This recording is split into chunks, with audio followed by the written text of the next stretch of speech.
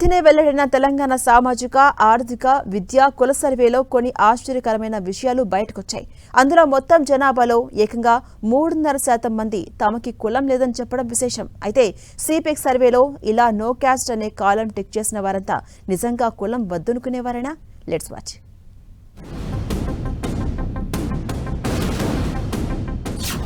మాకు కులం లేదు వద్దు, నో కాస్ట్.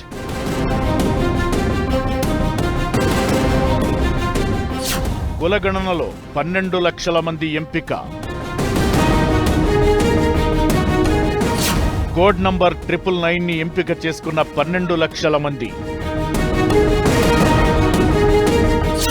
తెలంగాణ సిపెక్ సర్వేలో నో కాస్ట్ కాలం టిక్ చేసిన వైనం. సాధారణంగా కులరహిత సమాజం రావాలని, కులమతాలకి అతీతంగా మెలగాలని పిలుపులు వింటుంటాం.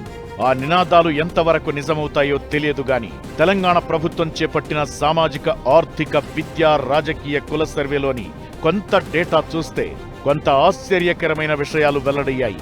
సర్వేలో పాల్గొన్న వారిలో 12 లక్షల మంది కులం గురించిన వివరాలు తెలియపరచలేదు. నో కాస్ట్ అంటే కులం లేదనే కాలం టిక్ చేశారు.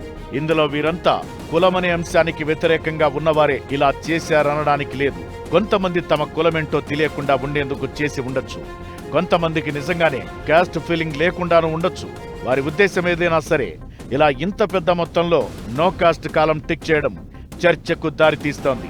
ఈ 12 లక్షల మంది మొత్తం సర్వే జరిగిన వారి జనాభాలో 3.5% సమానం.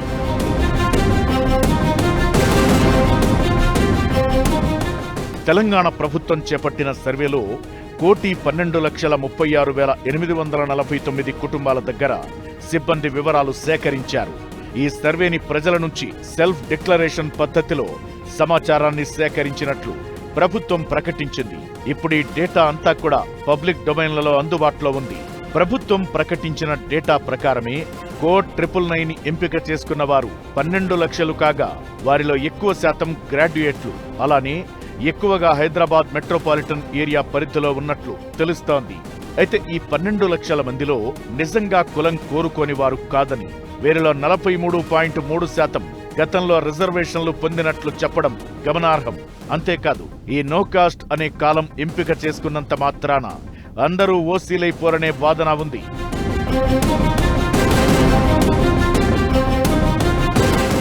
సిపెక్ సర్వే ద్వారా వెల్లడైన సామాజిక వర్గాల బలాబలాలను పరిశీలించగా రాష్ట్రంలో అత్యధిక శాతం మంది బీసీ జనాభా ఉన్నట్లు స్పష్టమవుతోంది.